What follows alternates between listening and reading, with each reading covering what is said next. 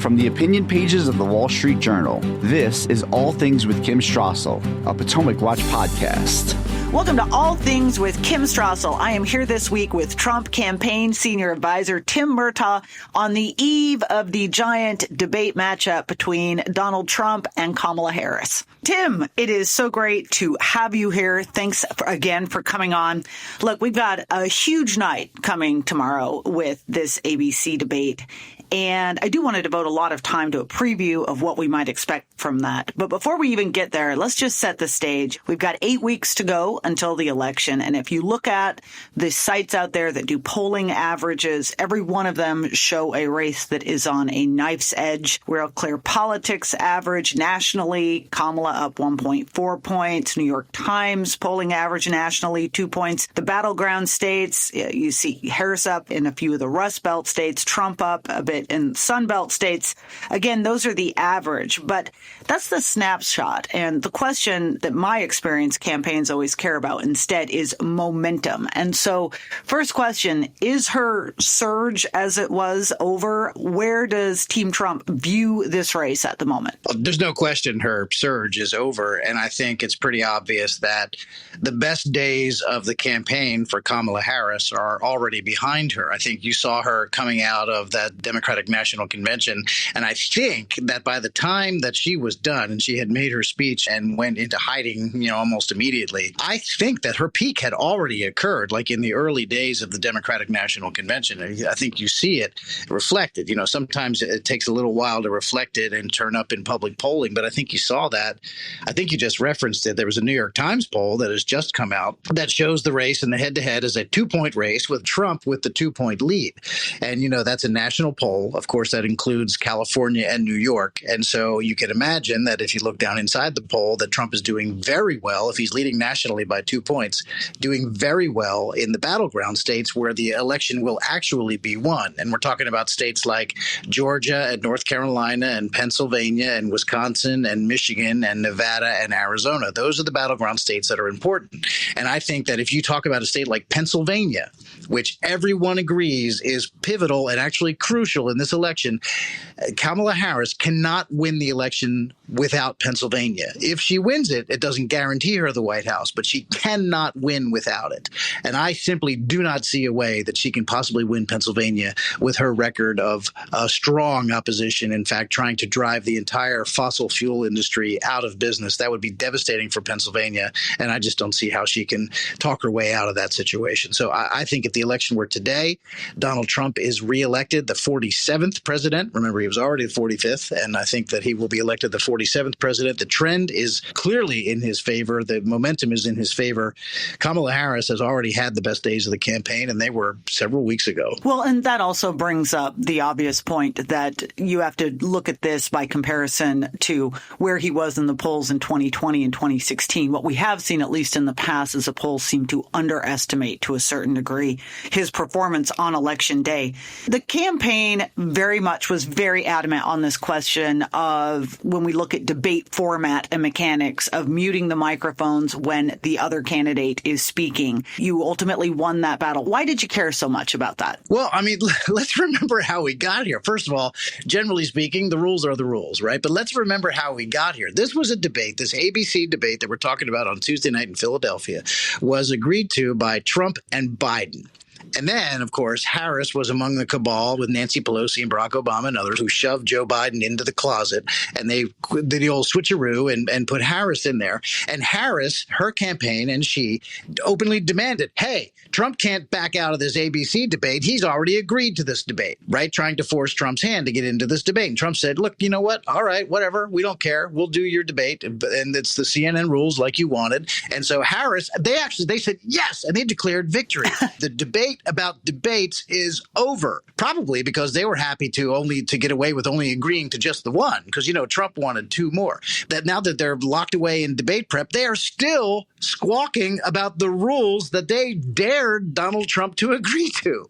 So that's what everyone needs to remember, is how did we get to this point? This was a debate that they said that they had to have under the rules that had to be agreed to.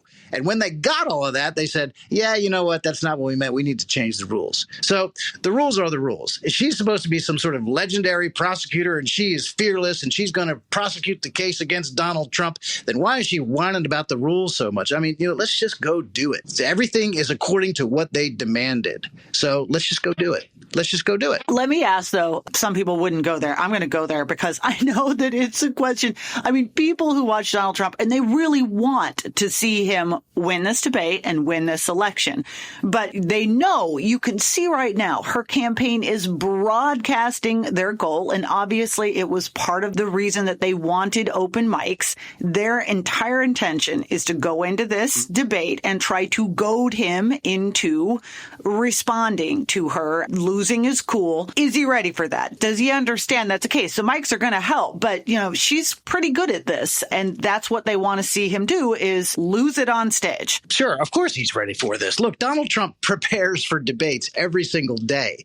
He does countless media interviews, sit-down interviews with very difficult journalists, answering very adversarial questions. He stands up in front of crowds. He gives rally speeches. He does town halls, takes random questions from the crowd. He does smaller gaggles. He does formal press conferences for 90 minutes and takes all questions, hostile or not. He is absolutely ready for this.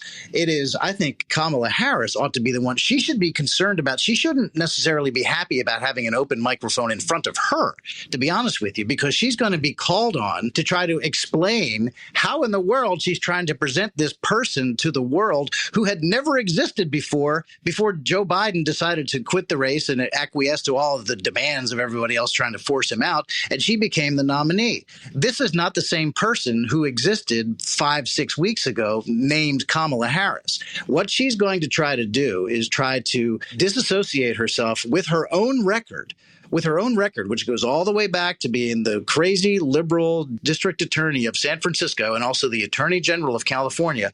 All of that stuff is part of her record. She's going to try to disassociate herself from that. She's also going to try to pretend that she is not the current vice president of the United States. She has been in the White House. Her name is on the door, Kim. They have branded it the Biden-Harris administration since the very first day. She can't be allowed to escape that. Those are the kinds of things, as she's got these aides out there anonymously changing her views, allegedly, on these very important positions like fracking, which is a huge issue in Pennsylvania. She has to go out and explain, oh, yeah, even though when I was the attorney general of California, I sued the Obama administration to try to get them to stop fracking off the coast of California. Even though I sued Barack Obama over fracking, hey, I got to tell you, I love fracking today. That's not believable. And she's going to have to go out there and demonstrate to anyone how in the world. And then she gave us the great gift of the CNN interview, which was when she was asked about these crazy radical reversals of her positions and how do you explain that? She said, listen,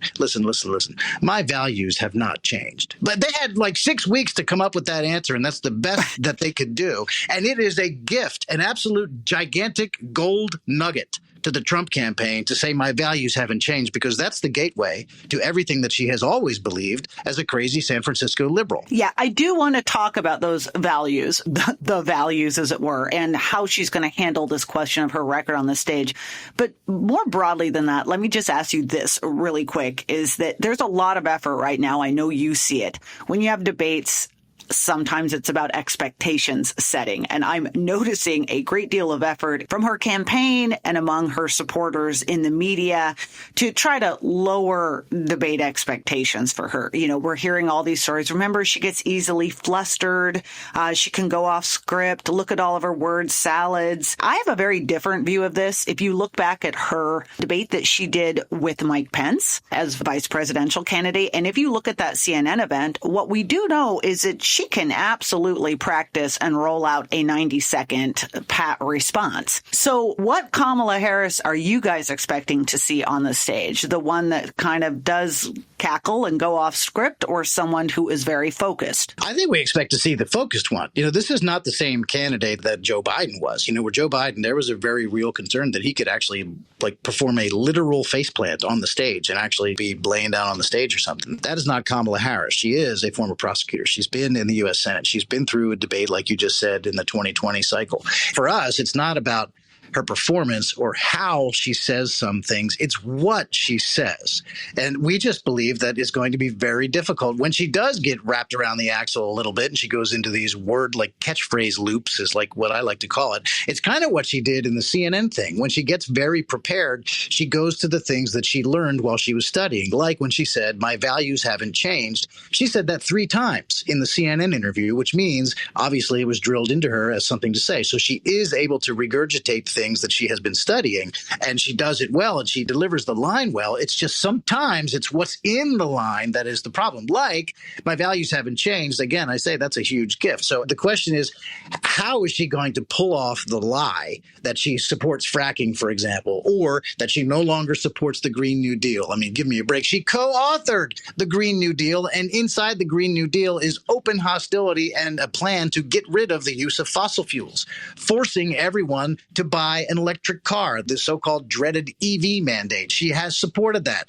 You can explain to us why you don't anymore all of a sudden. Tax cuts. She was opposed to 100% of the Trump tax cut package, but now is offering some versions of some of the things by herself. She wants to claim that she's some sort of crusader on crime, but when she was the DA of San Francisco or the Attorney General of California, she was soft on crime all day long. And so those are the things we are focused on, not her actual performance and how she delivers it. It's what she says. Because what happened at their convention is they nominated a person that they completely invented. This is an invented person. Kamala Harris doesn't believe any of these things. The person on stage tomorrow night is going to claim to, but she doesn't. Do you anticipate that she tries to distance herself from Biden? Because this is a bit of a double-edged sword for her.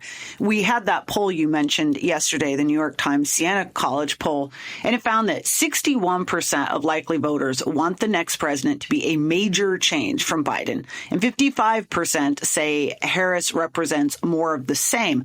And you see her trying to do that with this new way forward campaign slogan that they have. At the same time, progressives don't want her to totally throw this administration's agenda under the bus, and she still needs those people to come out in the election.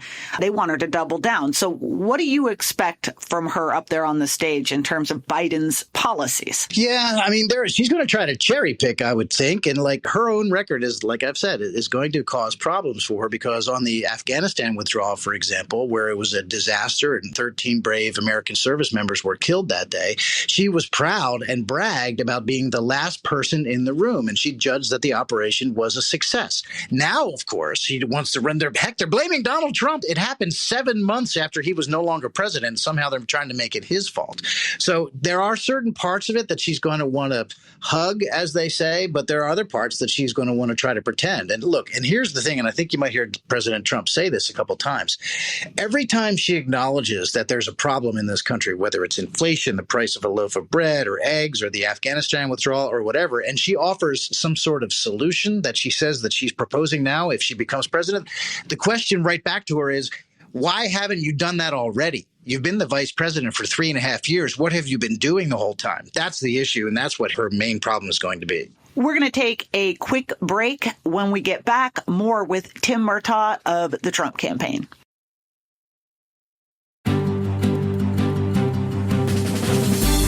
We are back. I am here with Tim Murtaugh of the Trump campaign talking about Tuesday night's debate. Let's talk a little bit about Donald Trump and the message he wants to get across from his own perspective. I mean, these are the criticisms that he's going to lay on Kamala Harris. And by the way, I agree with you. This may be the first, possibly only time in this campaign that she does get confronted with her record. The press certainly isn't doing that, and she's not giving any press conferences.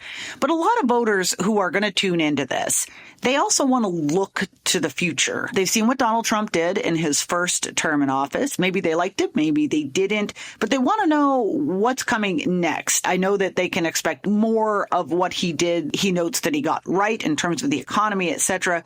But We've heard him talk about some new ideas he's putting out there that are different from the first time around, a building of on that agenda, especially on the economy. One example that I found very interesting, when he was at the New York Economic Club, he talked about promising to create this government efficiency commission.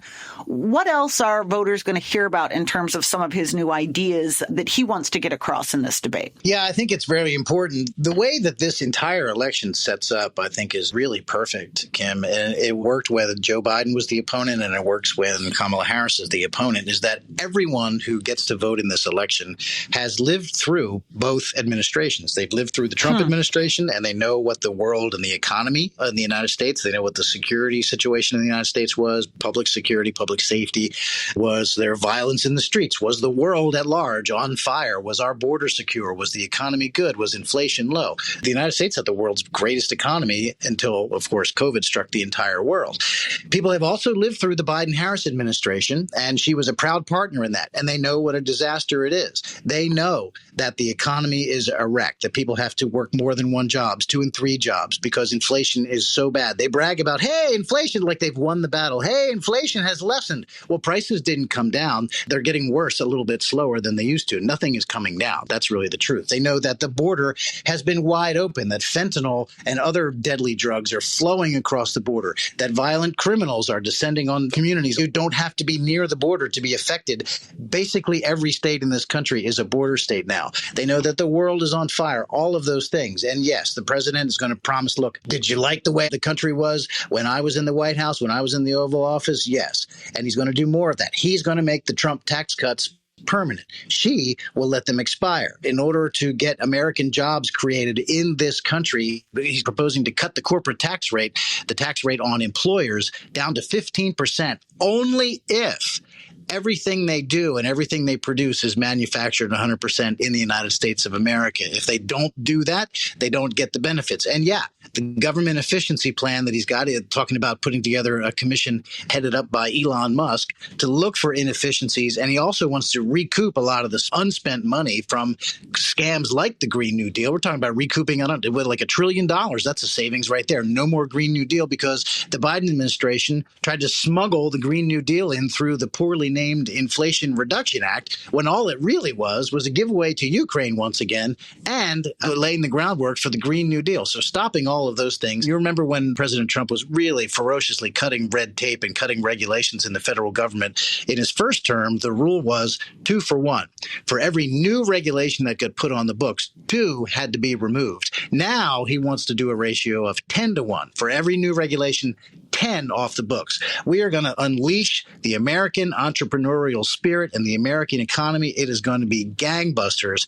All President Trump has to do is get back in the White House. And this debate is a big step towards that. I know we're talking about the debate, but I'm going to use this moment. I'm trying to get some clarification just because we're talking on the economy. What is President Trump's tariff policies and proposals for the future? Because there's been claims across the board, some that they're just going to be leveled on China, some that they're going to be on countries that engage in unfair labor or trade practices. Now there was something about countries that turn away from the dollar. Some have said that they're going to be on all imports. What exactly is the plan? Well, I'm going to let President Trump lay out exactly what his particulars are. But what I just talked about, the business tax cut down to 15%. And again, if you do not produce all of your products in America, make everything American made, not only will you not get the tax cut down to 15%, but you will also pay tariffs. And so I think this is another case, Kim, of people don't have to guess how President Trump would govern as president if he is reelected, because he was already president once. You know that he views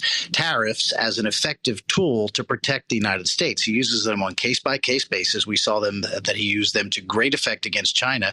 He uses them to protect Americans and to protect the American economy. And so I'm not going to tell you, he's going to place a tariff on this good from that country at this point in time. I think it's sufficient to say that President Trump has put the world on notice that he knows that tariffs are an effective way to protect the American economy, protect American jobs, and he will use them if he feels necessary. I can't draw you the roadmap right now. Only he will know that. And then I think he'll react to how other countries are behaving, because it's largely based on other countries' behavior, isn't it? Yeah, I guess we'll wait and see where he comes out on that. But it's kind of a huge deal in that very, very high tariffs can actually be damaging to an economy as well, too. But we will get that answer from him at some point. We're going to take one more break. When we're back, more with Tim Murtaugh of Donald Trump's campaign.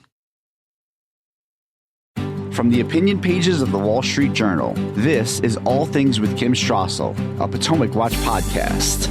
I am back with Trump campaign senior advisor Tim Murtaugh. When we look at this election, one thing that's intriguing to me is that polls suggest that a huge percentage of Americans have already made up their mind one way or another. And so you've got these candidates out there trying to appeal to the undecideds. And if you broadly break people out by demographics, what we see is Donald Trump doing a lot better than Kamala Harris when it comes to working class voters, better than her when it comes to men. On her side, she seems to appeal more to moderate suburban voters and to women. What accounts for this, do you think? And how does Donald Trump, does he use this debate to reach out to some of those undecideds that are also folks that have just remained a bit wary of him and his campaign? Well, I think that he does enjoy a pretty significant, according to all polling, a pretty significant advantage on the question of who's going to be better on the economy. And we really do believe that that is the driving issue of the campaign.